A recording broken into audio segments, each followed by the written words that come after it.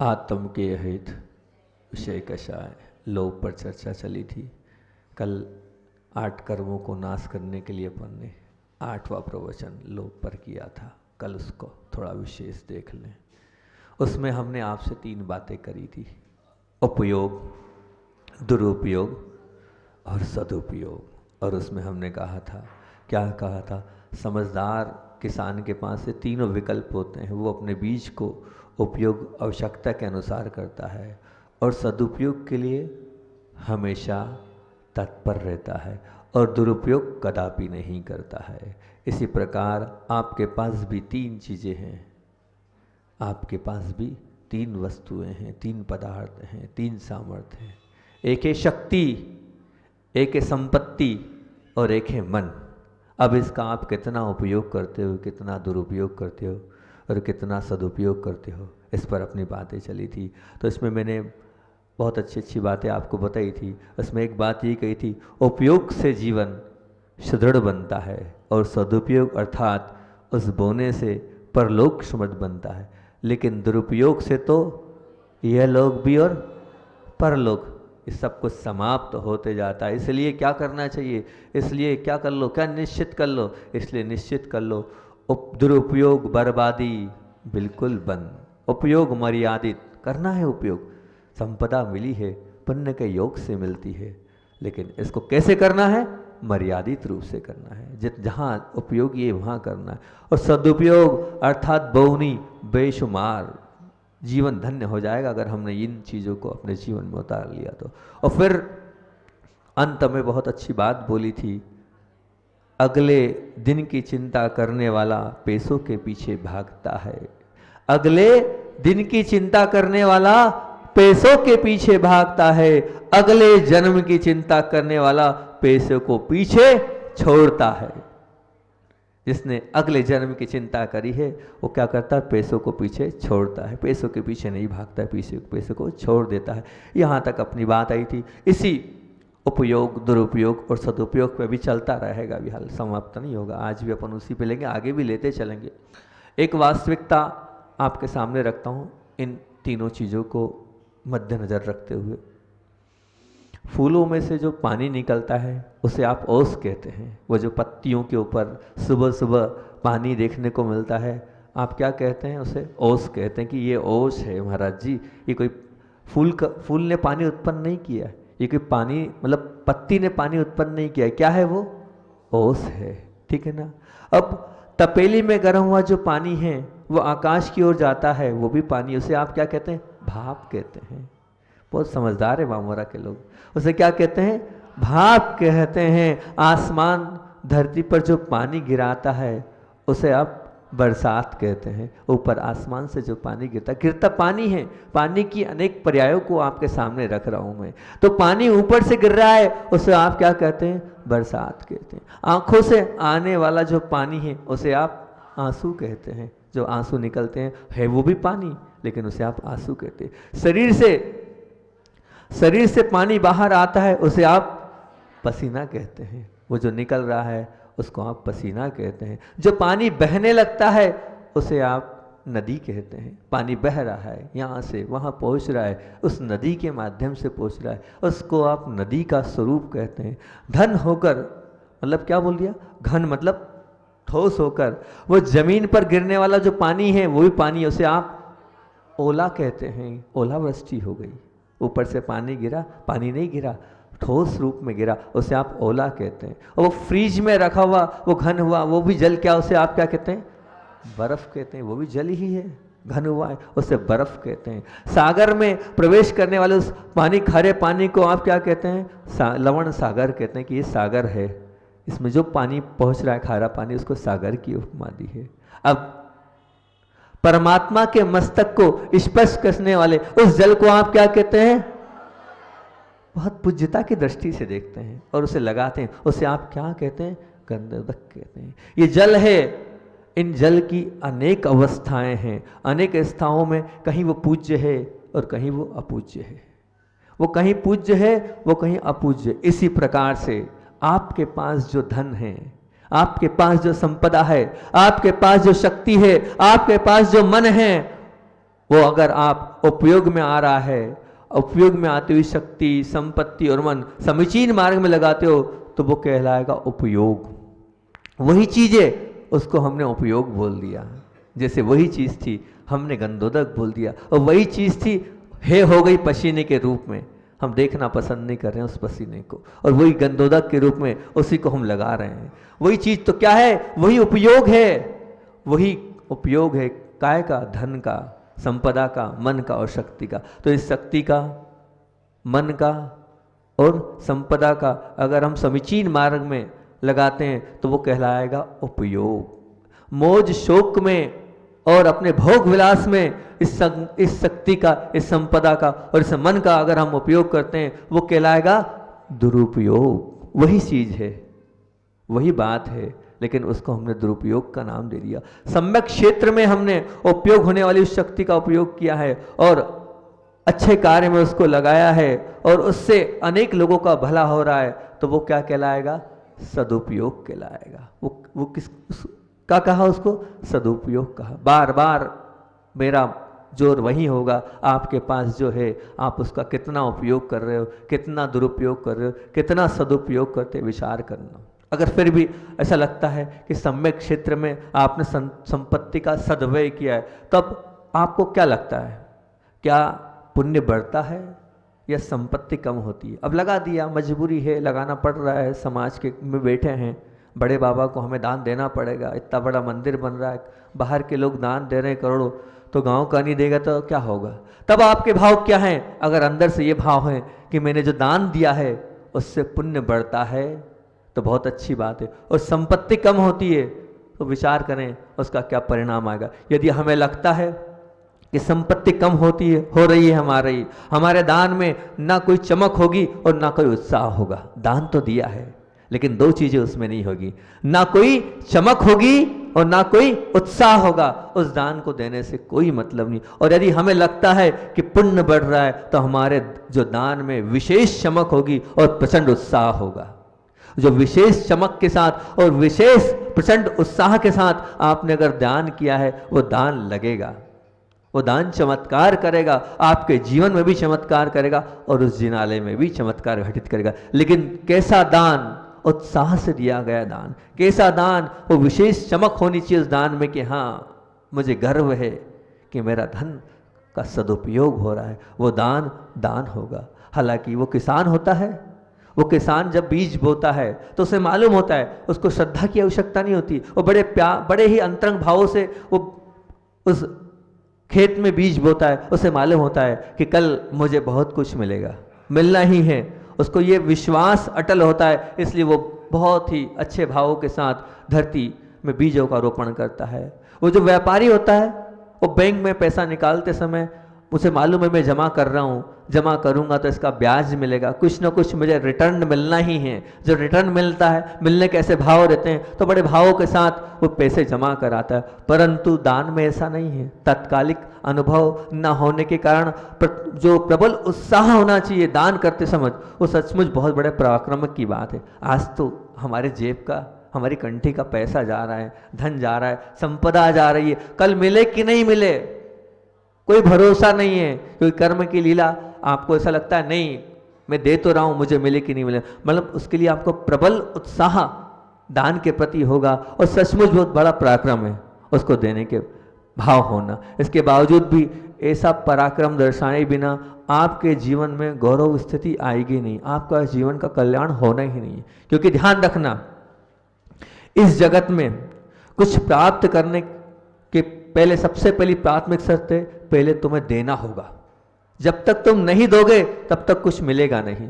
किसान ने को फसल बाद में मिलती है, पहले वो बीज बोता है कि नहीं। वृक्ष में फल बाद में लगते हैं, पहले वो वृक्ष में जमीन में आपको बीज बोना पड़ेगा कि नहीं बताओ। बादल से जब जमीन में पानी ऊपर से नीचे गिरता है तो क्या होता है, सूर्य के माध्यम से वो सागर से वो जल को ग्रहण करता है, तब कहीं वो बादल भी पानी बरसाता है। मतलब पहले बादल ने प्राप्त किया, पहले दिया गया है, तब वहां से मिला है। दूसरों को जब हम सम्मान देंगे पहले, फिर उसके बाद ही आपको सम्मान मिलेगा। सम्मान आपको चाहिए ना, पहले सम्मान आपको स्वयं को देना पड़ेगा। जब आप सम्मान दोगे तभी आपको सम्मान मिलेगा। शरीर को आप भोजन दोगे तभी आप शक्ति प्राप्त होगी, मतलब शरीर के भोजन के बाद ही शक्ति प्राप्त होगी, मतलब देना पड़ेगा, पहले शरीर को भोजन देना पड़ेगा तभी आपके अंदर शक्ति आएगी, पहले शक्ति नहीं आएगी। कुछ ना कुछ देना पड़ेगा, देने बिना नहीं। उसी प्रकार से बिना दिए कुछ नहीं मिलता। और बोलूं तो ये जो आपको उत्तम मानव जीवन मिला ना, जो मनुष्य पर्याय आपको मिली है, ये पुण्य को चुकाने पर मिली है। बहुत पुण्य का उदय है आपका, उस पुण्य को आपको वहां जमा करना पड़ा है, तब जाके आपको इस मनुष्य पर्याय को मिली है। बहुत कठिन होता है मनुष्य पर्याय का मिलना, वो आपने बहुत पुण्य दिया है और बहुत पुण्य के बाद आपको ये मनुष्य पर्याय मिली है। मतलब जब तक कुछ दोगे नहीं तब तक मिलेगा नहीं। इसी प्रकार से आप चाहते हैं कि मेरे सद्गुणों का विकास करने का भाव है मेरे, तो ध्यान रखना आपको पुरुषार्थ का पसीना बहाना होगा। जब तक पुरुषार्थ का पसीना नहीं बहाओगे तब तक वो सद्गुण आपके जीवन में नहीं आने वाले। सद्गुणों को लाने के लिए पुरुषार्थ का पसीना बहाना जरूरी है। क्या हुआ, इतनी सारी बातें करी, उसका एक लाइन में एक ही सारभूत उत्तर है, एक ही सूत्रात्मक वाक्य, तुम्हें कुछ पाना है इसके पहले तुम्हें देना अनिवार्य है। क्या बोला, सारभूत बात है ये, तुम्हें कुछ पाना है तो इससे पहले देना अनिवार्य है। दोगे तो मिलेगा, नहीं तो कुछ नहीं मिलेगा, दर दर भटकोगे। जितना आप दोगे उतना और उससे कई गुना आपको मिलेगा। वो बीज सैकड़ों गुना मिलता है, लेकिन वो बीज का पहले त्याग करना पड़ता है, तब बीज से सैकड़ों गुना आपको प्राप्त होना है। अच्छा बनना चाहते हो आप, आपको अच्छा चाहिए, बहुत अच्छी बात है।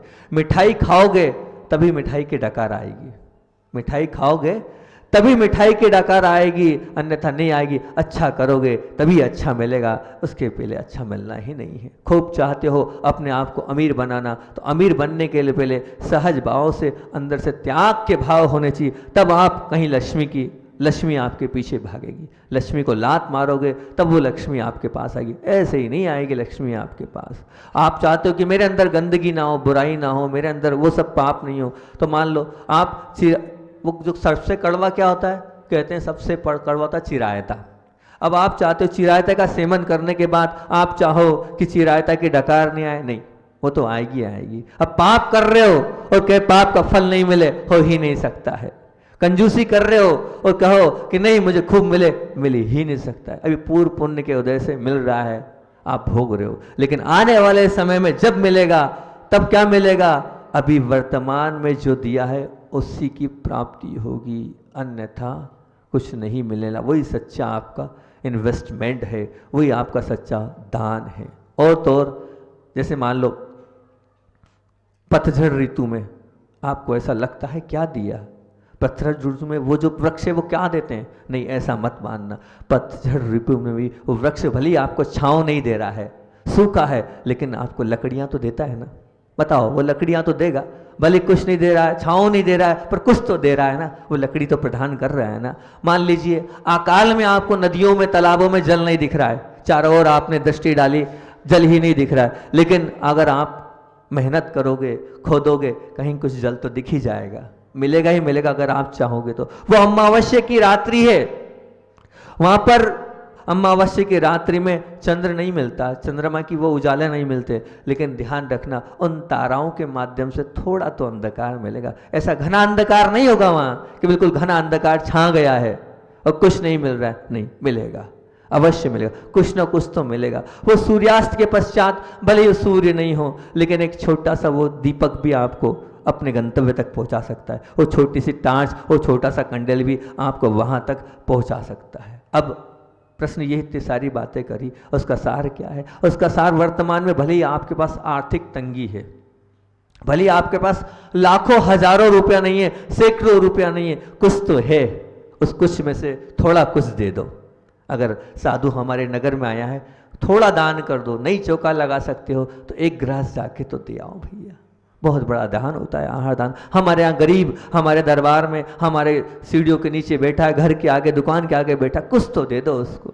अब इतना बड़ा भव्य मंदिर बन रहा है, जितना दे सकते हो दो, लेकिन पीछे मत हटो, देने के लिए कभी भी मना मत करो, मन को खराब मत करो, जितना हो सकता है दो, देने के लिए हमें पीछे हटना नहीं है। आप ये मत मानो कि मैं गरीब हूँ, मैं कुछ नहीं कर सकता हूँ, नहीं, ऐसा कुछ नहीं। गरीब से अमीर वही बनता है जो दे के आगे बढ़ता है। मैं आपको इसलिए बोल रहा हूँ, आपके पुण्य को सुरक्षित बनाने वाली, बढ़ाने वाला ये विकल्प तुम्हारे ध्यान में ला रहा हूँ कि हमें ये नहीं मानना है मैं छोटा हूँ, मैं गरीब हूँ, कुछ नहीं हूँ।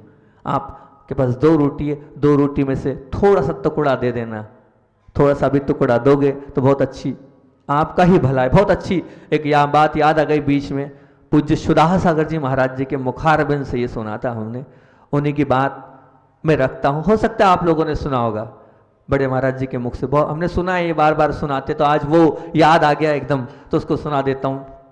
पूज्य बड़े महाराज जी जब संघ में थे, बहुत छोटा सा संघ था, और सुधा सागर जी, क्षमा सागर जी, सब महाराज लोग थे। उस समय की बात है, एक गरीब व्यक्ति जो बहुत सारे कष्ट से, परेशानियों से पीड़ित था, वो आकर सुधा सागर जी बड़े महाराज जी के पास आया, उसने सब बताया। तो उन्होंने कहा भैया समस्या तो विकट है, समस्या तो विकट है, अब इन सब समस्याओं का निराकरण तो हमारे पूज्य गुरुदेव ही करेंगे। अब बड़े भावों के साथ सुधा सागर जी महाराज जी आचार्य जी के पास उस शिष्य को, उस भक्त को ले गए, और उसने आप बीती सब बताई। जब उसके कष्टों को सुना तो स्वयं आचार्य भगवान की आंखें थोड़ी नम हो गई, क्योंकि वो इस प्रकार के कष्टों को सुना रहा था। उन कष्टों से तो ऐसा लग रहा था कि क्या है, इसके पास तो कुछ नहीं है, खाने को दाना नहीं है, क्या इसकी स्थिति है। अब जब सुनने के बाद अब महाराज जी ने सोचा, लगता है पीछे से आशीर्वाद देंगे इसको, हाथ उठा के वे आशीर्वाद देंगे, कोई तंत्र मंत्र बता देंगे, और तंत्र मंत्र नहीं तो कोई ना कोई, इतने सारे तो हैं आचार्य जी के पास, तो कौन पैसे वाले ही रहते हैं चारों तरफ, है ना भैया। जहाँ बड़े लोग तो बड़े पूज्य गुरु जी पास तो भाई कोई ना कुछ हिंट कर देंगे। आचार्य श्री ने क्या कहा उस वक्त, उससे एक ही छोटी सी बात बोली, दान करो, दान करने से पुण्य बढ़ता है। जैसे ये बात बोली, बड़े महाराज जी का दिमाग खराब, लगता है गुरु गलत चुन लिए हमने, लगता है गुरु गलत चुन लिए हमने। अरे फूटी कोड़ी खाने को नहीं है उसके पास, और वो बोलते दान करो, क्या है ये। अरे उसको आशीर्वाद देते, उससे किसी से बोल देते, उसको कुछ ना कुछ मंत्र दे देते, उसका भला हो जाता। समझ में नहीं आ रहा, हमारे गड़बड़ हो गई यार, अपने से कहाँ फंस गए अपन। गुरु ठीक नहीं है, अपने मानसिकता खराब, विकल्प बहुत। उसको छोड़ा, छोड़ने के बाद जब दोपहर में क्लास, जो उनके मुख से सुना वही बताते जा रहा हूँ, है ना। अब जब दोपहर में क्लास लगी, तो क्लास पे जब क्लास लगती है तो आचार्य महाराज की क्लास में यही प्रश्न चलने लगे, इसी प्रकार की बात होने लगी कि आचार्य श्री जी जो सक्षम नहीं है वो कैसे दान दे। आचार्य श्री बोले समझ में नहीं आ रहा है, प्रकरण कुछ और चल रहा है और दान की बात चल रही है। तो फिर महाराज जी ने बोल ही दिया, बोले आपने वो सुबह उस व्यक्ति को कैसे आपने बोल दिया, कुछ था नहीं, और वो कुछ नहीं था तो क्या वो जरूरी है क्या, अब कुछ नहीं हो तो देना ही पड़ेगा उसको। तो आचार्य श्री ने बोला आप तो क्या करता मैं। तो उन्होंने कहा अरे आचार्य श्री इतने लोग बैठे थे, किसी से दिलवा देते, नहीं तो नहीं दिलवाना था तो कम से कम कोई मंत्र दे देते, मंत्र नहीं तो पीछे उठा के आशीर्वाद दे देते, उसका भला हो जाता। आचार्य श्री मुस्कुराए, अच्छा ठीक है, एक काम करो तुम लोग, यहाँ जितने गरीब भिखारी हैं ना सबको ले आओ, सबको पीछे लगाऊंगा, मैं देखता हूँ मेरी पीछे से कितने लोग अमीर बनते हैं। तो फिर अच्छा एक काम करो, इससे मंत्र है ना, सबको मंत्र दूंगा मैं, सबको ले आओ मंत्र, सबको मंत्र दूंगा, देखता हूँ कौन करोड़पति बनता है मेरे मंत्र देने से। बोले भैया किसी के मंत्र देने से और मेरी पीछे ही लगाने से कोई मंत्र फेरने से अमीर नहीं बनता है। पहले वास्तविकता समझो, काय से वो अमीर बनेगा, काय से उसका भला होगा। और मैं एक बार दिला भी देता किसी श्रेष्ठी से बोल के, भैया कब तक वो दूसरों के प्रति आश्रित देता, कब तक, उसकी अपेक्षा जो सत्य चीज है उसको वो बताओ, जो समीचीन धर्म है वो बताओ, वो देगा तो मिलेगा, अन्यथा नहीं मिलेगा, देने वालों को ही मिलता है। अब उस वक्त तो महाराज जी के गले उतर नहीं रही थी वो बात, उस वक्त तो महाराज जी गले बोलने ठीक नहीं है, वो ऐसा थोड़ी होता है, क्या बात है, ये कोई सा धर्म है क्या, दो नहीं हो तो कहाँ से ला के देंगे हम, नहीं हो तो कहाँ से ला के देंगे हम, ये कोई बात नहीं है। उस वक्त पल्ले पड़ी नहीं, लेकिन वो जो बोले महाराज जी के शब्द में बोले वो पट्ठा, महाराज जी बोला था बड़े महाजन का वो पट्ठा, बड़े उससे हाथ जोड़ता, जी गुरु जी, अरे हम उसको इशारा कर रहे, बोल कुछ नहीं है, क्या दूंगा मैं, वो कुछ हमारा देख ही नहीं रहा, वहां उनके में रम गया और बोल रहा है हाँ हाँ जी गुरु जी, अब जितना होगा उसमें से कुछ ना कुछ दूंगा ही दूंगा मैं। अब वो बाहर आया, गुस्सा उस पर भी आ रही थी, करे क्या, लेकिन ठीक है कोई बात नहीं, जो हुआ सो हुआ, जो होता है वो। पर अब उस वक्त उनको लगा तो सही ये ठीक नहीं किया, ये ठीक नहीं किया, ये ठीक नहीं किया। गुरुजी ने उसको कुछ ना कुछ तो देना था, बात सही थी, कुछ ना कुछ तो देना था। आप लोगों को भी ऐसा लग रहा है कुछ ना कुछ तो देना था। लेकिन आपको एक इसमें बीच में एक बात बताऊं, आप लोगों ने सुना होगा राजस्थान के उस महाराणा प्रताप को, सुना होगा नाम महाराणा प्रताप का। सभी लोग जानते हैं महाराणा प्रताप की मदद की थी भामाशाह ने। वो भामाशाह कौन थे पता है ना आपको? आपके जैन समाज का गौरव है, वो भामाशाह थे। तो भामाशाह ने किया तो, लेकिन मूल में जाओ तो कि भामाशाह ने मदद करी किसकी? महाराणा प्रताप की। लेकिन किस वजह से उनकी मदद हुई? जब महाराणा प्रताप सब कुछ चला गया और जंगलों में वन विहार कर रहे थे, और उस वन विहार में अपनी धर्मपत्नी रानी के साथ और बच्चों के साथ थे, कोई खाने को दाना नहीं था, खाने को दाना नहीं था। यहाँ तक कि ऐसा सुनने में आता है घास तक की रोटी उन्होंने खाई है। ऐसे दिन देखने पड़े। अब लेकिन महाराणा प्रताप का एक नियम था कि जो बनेगा उसमें से एक रोटी दान के लिए निकाल के रखना। जैसे आपके यहाँ रहता ना, पहली रोटी गैया की, तो ऐसे ही बड़ी मुश्किल से बेमुश्किल से यहाँ वहाँ से 4 रोटी मिली, और 4 रोटी में से सबसे पहले उन्होंने ये कहा ठीक है, इस एक रोटी को दान के लिए निकाल दो, हमारे यहाँ दान की परंपरा है और हम पहले निकालेंगे फिर खाएंगे। एक रोटी निकाली, और योग संयोग की बात है, बच्चे भूखे हैं, दोनों पति पत्नी महाराणा और रानी दोनों भूखे हैं, और उसी बीच क्या हुआ, बिलाव आया और 3 रोटी ले गया। 3 रोटी ले गया, बच्चे रो रहे हैं, और उस वक्त जो दान की रोटी निकाली थी, उस वक्त वो बच्चों ने निगाह उस तरफ जा रही थी, तो महाराणा प्रताप ने कहा नहीं बेटा, जो दान में अपन ने निकाल दिया है उसको तो अपन किसी भी तरह नहीं खा सकते हैं। अब आज नहीं कल मिलेगा, आज तो पानी पियो। बच्चे रो रहे हैं, उन्होंने गोदी में लेके बच्चों को थपथपाते हुए सुला दिया। माँ रो रही है कि बच्चे भूखे हैं, कर दो। बोले नहीं, वो दान की रोटी है, उस दान की रोटी को मैं नहीं दे सकता हूं। अब जो होगा सो होगा, हम मर नहीं जाएंगे, भूखे मर नहीं जाएंगे, एक दिन और भूखे से। महाराणा प्रताप का वो त्याग था कि उन्होंने अपने बच्चों को भूखा रखा, पानी पिला के सुला दिया, स्वयं भूखे रहे। और उसी वक्त, क्योंकि देखो जो ऐसा त्यागी होता है, जो ऐसा दानी होता है, उसके तो अपने आप फरिश्ते आते हैं और मदद करते हैं। कहाँ भामाशाह को पता चला कि ऐसी ऐसी स्थिति हुई है, और भामाशाह उसी के दूसरे दिन पहुंच गया पूरी संपदा को लेके महाराणा प्रताप के सामने। ये संपदा पूरी आपकी है, मेरा कुछ नहीं है, मैं तो आपका शागिर्द हूँ, अब जो करना है जैसा करना हो, लेकिन आपको कष्टों में नहीं रहना, दुख में नहीं रहना है। तब जब उसने दान की रोटी भी नहीं खाई थी, तब भूखा सो गया था, तब कहीं जाकर वो पुण्य जागा, और पुण्य जागने के बाद कौन आया? वो भामाशाह आया। भामाशाह का श्रेय नहीं दो आप लोग, भामाशाह की जय बोलते हो, वो दान दाता और भामाशाह नहीं। असली दान दाता भामाशाह नहीं है, असली दान दाता तो कौन है? महाराणा प्रताप है। उसने सच्चा दान किया था उस एक रोटी का। सभी लोग महाराणा प्रताप की नहीं जय बोलते हैं, वो भामाशाह को याद करते हैं कि दानवीर भामाशाह। मैं कहता हूं दानवीर महाराणा प्रताप। उसका पुण्य था तब तो कहीं भामाशाह आया, नहीं तो कहां से आता? जो स्वयं भूखा रहा और जिसे अपने बच्चों को भूखा रखा, सही दानदाता तो वो है, सही दाता तो वो है। ये भामाशाह की बात थी। अब आगे उसी बात को अपन आगे बढ़ाते हैं। बीच में ये बात निकल गई तो ये भी सुना दी हमने आपको। अब समय हो गया अपना, लेकिन 5 मिनट है। हाँ, ये हुआ तो था आचार्य भगवान के पास जब कुछ दिनों पश्चात, विहार करने के बाद 6 महीने के पश्चात, वो जो श्रावक था, कौन सा? वही श्रावक वो आया। अब जैसे ही उस श्रावक को देखा, अब वो सीधा गुरु जी के पास पहुंच गया। अभी तक तो पहले कहाँ रहा था? महाराज जी पास। तो महाराज जी गुस्सा आया, बोले यार बताओ, सीधे पहुंच रहा है। उस वक्त तो अपने पास आया था, अब सीधे पहुंच रहा है। और सीधे वहाँ पहुंचा।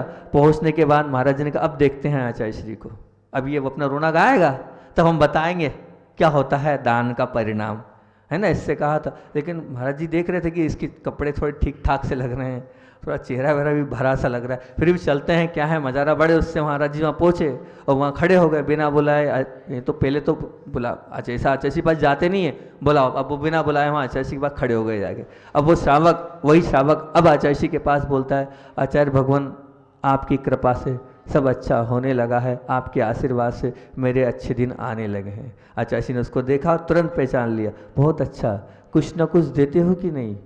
आचार्य ने बोला कुछ ना कुछ। बोले नहीं आचार्य जी, आपने कहा था उसके बाद से भले ही मेरे पास 2 रोटी की व्यवस्था होती, 1 ग्रास भले कौवे को दे दूंगा मैं, पर मैंने उसी दिन से दान प्रारंभ किया और उसके बाद से मेरे अपने आप दिन अच्छे होने चालू हो गए।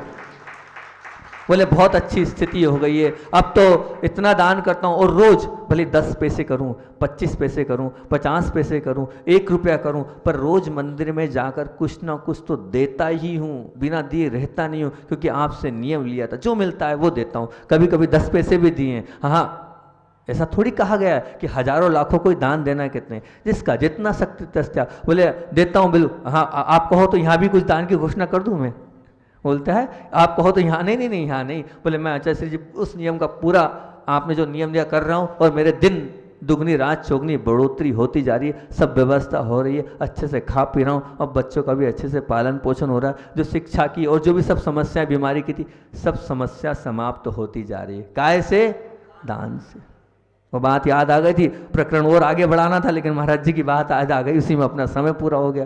तो देने से कभी भी ध्यान रखना, घटता नहीं है, उल्टा बढ़ता है। और कुछ चाहिए तो ध्यान रखना इस लाइन को मेरी, तुम्हें कुछ पाना है, तुम्हें कुछ पाना है तो इसके पहले क्या करना पड़ेगा? देना अनिवार्य है। इतने सारे उदाहरण दिए, चाहे विनय चाहिए तुम्हें तो आपको क्या पहले विनय देना पड़ेगा, जो भी चाहिए उसके पहले स्वयं को देना पड़ेगा। जब तक दोगे नहीं तब तक मिलेगा नहीं। आज की सारभूत बात यह है। और दूसरी बात, यदि हमें लगता है कि संपत्ति कम हो रही है तो हमारे दान में ना चमक होगी और ना ही उत्साह होगा। और अगर हमें लगता है कि हमारी दिव्य संपदा से हमारा पुण्य बढ़ रहा है तो क्या होगा? विशेष चमक भी होगी और विशेष प्रचंड उत्साह भी होगा, और विशेष चमक और विशेष उसके बिना होगा नहीं। आज इतने ही रखते हैं, आज अपन समय अपना हो गया है, आज सुना दे, नहीं तो लोग बोलेंगे महाराज जी रोज रोज सुनाते नहीं। ठीक है, बहुत अच्छी एक गाथा आचार्य भगवान की समय सार की, वो सुनाकर अपनी बात को ही विराम दूंगा मैं। अहमिको खलु शुद्धो दंसन नानमयो सदारुवी नभि अति मज्ज किंचवी अन्नम परमान में तंपी। बहुत अच्छी गाथा है, अनेक अलग अलग ग्रंथों में ये गाथा है। क्या बोला है? ज्ञानी जीव का जो ज्ञानी है वो कैसा विचार करता है? ज्ञानी जीव कैसा विचार करता है? मैं एकाकी हूँ। क्या विचार करता है? अरे मैं एकाकी हूँ, मैं अकेला हूँ। फिर बोलता है, फिर विचार कैसे करता है? मैं शुद्ध हूँ, अर्थात पर द्रव्य के साथ मेरा थोड़ा सा भी संबंध नहीं है, सर्वथा रहित हूँ, पर द्रव्य से रहित हूँ। और क्या है? दर्शन ज्ञानमयी हूँ मैं, दर्शन ज्ञानमयी सदा रूपी, दर्शन ज्ञानमयी हूं मैं। और क्या है? और अरूपी हूं मैं, दिख तो रहा हूं लेकिन साक्षात नहीं दिख रहा हूं। ये शरीर दिख रहा है, ये शरीर सब कुछ नहीं, वो आत्मा सब कुछ है, अर्थात अरूपी हूं। इन सब बाह्य पदार्थों में मेरा परमाणु मात्र भी नहीं है। ये जितना दिख रहा है ये परमाणु मात्र भी मेरा नहीं है। अर्थात ज्ञानी जीव हमेशा विचार करता है। क्या विचार करता है? आप लोग भी रोज विचार करो, मैं एकाकी हूं, मैं अकेला हूं, मैं शुद्ध अर्थात परद्रव्य से सर्वथा रहित हूं। तीसरी बात, मैं कैसा हूं? फिर ऐसा नहीं है तो कैसा हूं? मैं तो सिर्फ ज्ञान और दर्शन स्वभाव वाला हूं, अरूपी हूं। कैसा हूं? अरूपी हूं, ज्ञान दर्शन स्वभाव वाला हूं। और जितने भी बाह्य पदार्थ परमाणु मात्र भी मेरा नहीं।